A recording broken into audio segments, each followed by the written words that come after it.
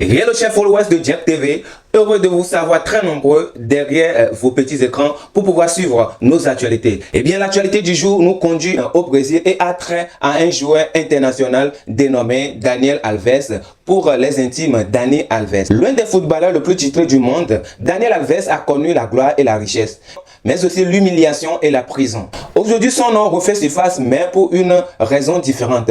Il s'agit bien de ses posts, de ses publications qu'il fait ces derniers temps sur son compte Instagram, qui parle beaucoup des versets bibliques, qui parle beaucoup de la repentance, d'où l'homme se pose la question de savoir ce qui se passe réellement dans la vie du joueur brésilien. Est-il vraiment devenu chrétien ou cela constitue une nouvelle étape de sa reconstruction? Dans un monsieur, prenez place. Nous allons ensemble explorer son parcours, tout ce qu'il a eu à vivre comme épreuve et aussi toucher du doigt sa nouvelle orientation spirituelle. Eh bien, si c'est votre première fois sur cette chaîne, je suis Jack, créateur de contenu 100% chrétien. Bienvenue sur ma chaîne et merci de t'abonner.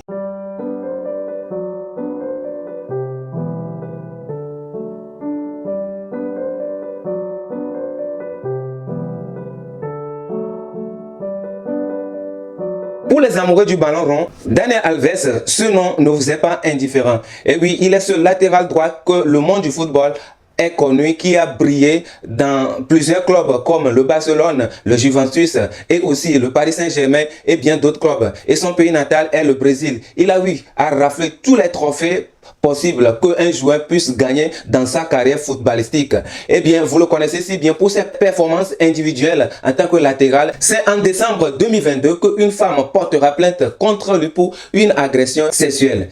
Une affaire qui a pris une autre tournure, détruisant la carrière de Daniel Alves ainsi que sa vie. L'affaire ayant été portée devant des juridictions compétentes, il sera arrêté puis incarcéré de façon provisoire en janvier 2023. Et c'est le début de son cauchemar. Plus tard, en février 2024, le juge aurait statué en sa défaveur, ce qui prolonge sa peine en prison pour une durée de 4 ans et 6 mois avec quelques indemnités à payer.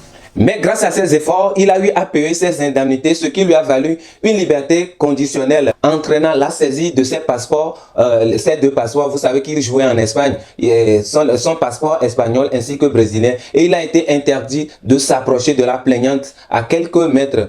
Dieu aidant, en mars 2025, Daniel Alves a recouvré sa liberté totale après avoir fait appel dans cette affaire. C'est ainsi que sa condamnation a été annulée pour insuffisance de preuves ou irrégularité observée dans les preuves présentées. Avec cette décision, le premier jugement qu'il avait condamné devient ainsi nul et c'est comme ça que Daniel Alves a été innocenté dans cette affaire. Mais gloire à Dieu. Et aujourd'hui, ce que nous observons de près et de loin chez le Brésilien, le footballeur brésilien, n'est pas cette histoire qu'on vient de retracer, mais de sa nouvelle vie qu'il est en train de construire en Christ. Et surtout qu'il est devenu un évangéliste en même temps, puisqu'il partage des versets qui touchent l'âme, des versets qui parlent beaucoup à l'âme, des versets qui transcrivent ce qu'il a vécu. Et bien dans ce post par exemple, il a dit « Je suis vraiment désolé de vous le dire, mais je dois le faire. La lutte n'est pas contre la chair ni le sang, elle est contre les primautés et les pouvoirs. » Éphésiens 6, verset 12. Parce que nous n'avons pas de lutte contre le sang et la chair, mais contre les principes, contre les pouvoirs, contre les gouvernements, contre les gouverneurs des ténèbres de ce siècle, contre les hôtes spirituels du mal dans les régions célestes. Vous ne pouvez pas seul. Accrochez-vous au nom au-dessus de tout nom. Accrochez-vous à celui qui, devant lui, tout genou fléchira et toute langue confessera. Accrochez-vous à celui que les démons entendent son nom et tremblent. Yeshua, pour les plus intimes, Jésus de Nazareth, pour ceux qui ont été sauvés par lui, mais qui ne leur a pas encore été prêché de son amour. Quand nous lisons ces genres de messages, il faut savoir d'ores et déjà l'épreuve à travers laquelle le joueur brésilien est passé. Et ce qu'il a marqué surtout dans cette histoire, c'est l'essentiel à retenir. Aujourd'hui, ce qu'il faut savoir, même s'il n'y a pas de déclaration officielle, est qu'à travers cette épreuve, Jésus l'a touché, Jésus a touché son cœur. C'est pourquoi il ne peut pas s'empêcher de parler de lui ouvertement. Regardez et écoutez ce que je viens de lire. on sent vraiment quelqu'un qui a été touché par la main de Dieu. On sent vraiment quelqu'un qui a reçu une touche divine dans sa vie, une main forte qui lui a secouru pendant une épreuve. Et là, c'est déjà un acte de reconnaissance.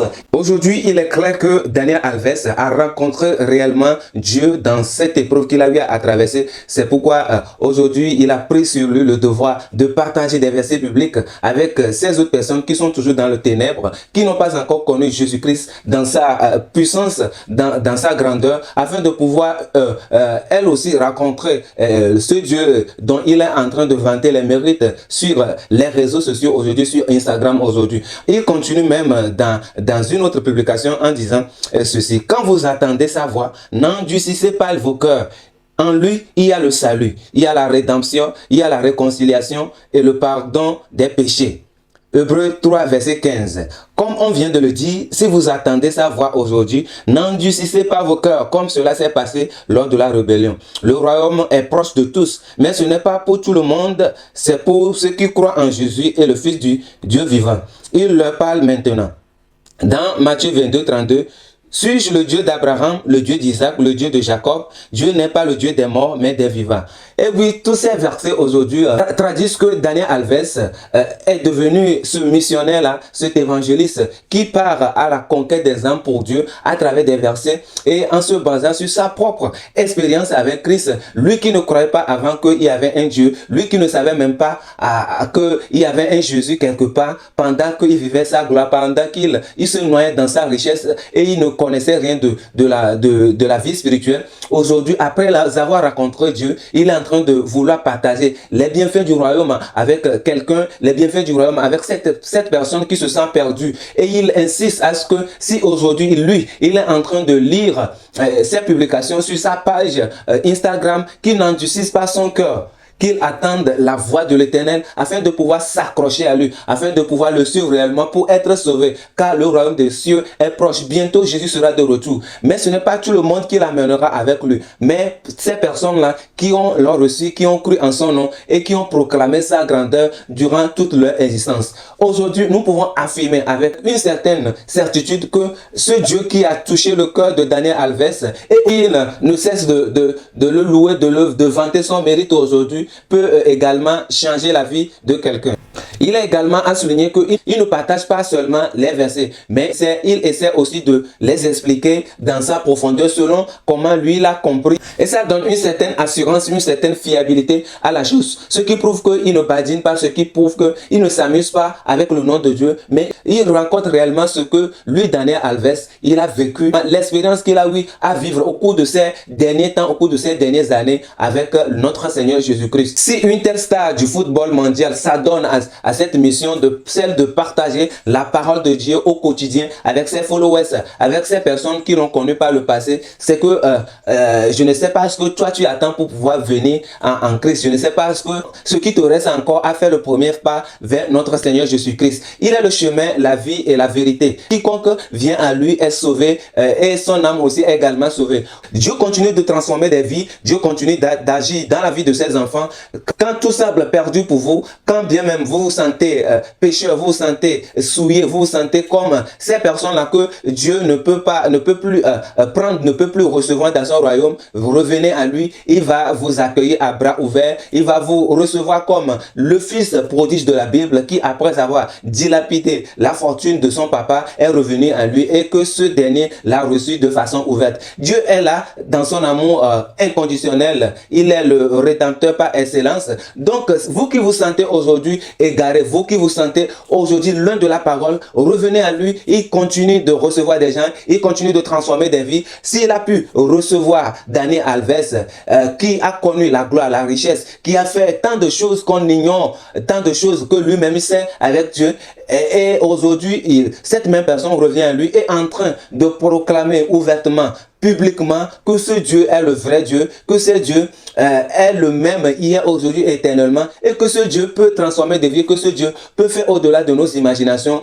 Nous devons accourir le plus tôt possible vers ce Dieu-là, afin qu'il nous secourisse, afin qu'il nous relève de la boue, afin qu'il nous sorte du monde des ténèbres. Dames et messieurs, si vous avez suivi cette vidéo du début jusqu'à la fin, merci de donner vos commentaires, merci de donner vos avis dans les commentaires. Que pensez-vous de cette orientation spirituelle du joueur brésilien Daniel Alves, qui aujourd'hui a reçu cette mission de partager rien que les paroles de Dieu, des versets bibliques avec des explications et des détails sur son compte Instagram avec ses photos et tout. En le voyant aussi, l'on pouvait remarquer de l'un qu'il a vraiment traversé de Dieu épreuve. Il a vraiment vécu une expérience horrible, mais qu'il est en train de revenir avec Christ. Et bientôt, nous espérons, il reviendra sous la plus grande de ses formes pour pouvoir continuer la mission. En tout cas, que Dieu le fortifie, que le Seigneur, notre Dieu, l'encourage dans cette mission et qu'il ne se décourage point. Cette lumière qu'il vient de rencontrer, que cette lumière rejaillisse sur son entourage, sur ses amis, sur toute sa famille, et que le feu du Saint-Esprit continue de brûler en lui. Et puis merci d'avoir suivi cette vidéo du début jusqu'à la fin. Vous êtes bénis. Abonnez-vous à la chaîne pour d'autres actualités. Nous sommes également dans les enseignements et aussi parfois nous publions des musiques sur cette chaîne. Merci à vous. Allez, ciao, ciao, on est ensemble.